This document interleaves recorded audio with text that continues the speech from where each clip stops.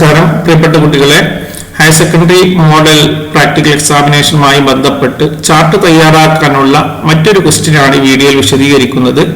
സ്ക്രീനിൽ line chart തയ്യാറാക്കാനും ആ ലൈൻ ചാർട്ട് തയ്യാറാക്കിയതിനു ശേഷം ആ ചാർട്ടിനെ ബാർ ചാർട്ടായിട്ട് ചേഞ്ച് ചെയ്യാൻ ആവശ്യപ്പെട്ടുകൊണ്ടുള്ള ഒരു പ്രോബ്ലമാണ് നിങ്ങൾക്ക് കാണാൻ കഴിയുക.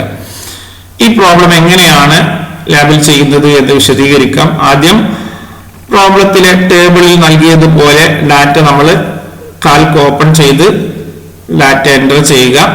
ഡാറ്റ എൻ്റർ ചെയ്ത് കഴിഞ്ഞാൽ ആ ടേബിൾ മുഴുവനായും സെലക്ട് ചെയ്യുക.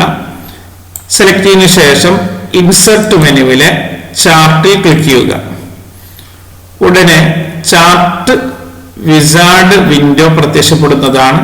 ആദ്യം നമുക്ക് ചാർട്ട് ടൈപ്പ് സെലക്ട് ചെയ്യണം. നമ്മളോട് ആദ്യം തയ്യാറാക്കാൻ പറഞ്ഞിട്ടുള്ള ലൈൻ ചാർട്ടാണ്. അപ്പൊ അതിൽ ലൈൻ ക്ലിക്ക് ചെയ്യുക. അതിലെ രണ്ടാമത്തെ ഓപ്ഷൻ സെലക്ട് ചെയ്യുക. ഫസ്റ്റിനേക്കാളും ബെറ്റർ രണ്ടാമത്തെ ഓപ്ഷനാണ്. അതിനുശേഷം നെക്സ്റ്റ് ക്ലിക്ക് ചെയ്യുക.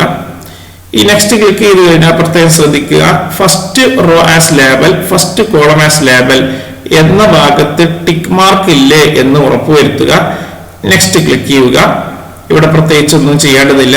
നെക്സ്റ്റ് ക്ലിക്ക് ചെയ്യുക. ഇവിടെ ചാർട്ടിന്റെ ടൈറ്റിലും സബ് ടൈറ്റിലും എക്സ് ആക്സിസ് വൈ ആക്സിസ് ടൈറ്റിലുമാണ് നൽകേണ്ടത്. ഇവിടെ ടൈറ്റിൽ സെയിൽസ് റിപ്പോർട്ട് എന്ന് നൽകുന്നു. സബ് ടൈറ്റിൽ 2025 എന്ന് നൽകുന്നു.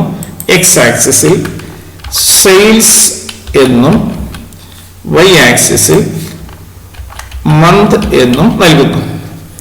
ടൈറ്റിൽ എല്ലാം നൽകി കഴിഞ്ഞതിന് ശേഷം ഫിനിഷിൽ ക്ലിക്ക് ചെയ്യുക. അപ്പൊ നമുക്ക് സ്ക്രീനിൽ തന്നിട്ടുള്ള ടേബിളിനെ അടിസ്ഥാനമാക്കിയിട്ടുള്ള ലൈൻ ചാർട്ട് പ്രസന്റ് ചെയ്തതായി കാണാൻ കഴിയും.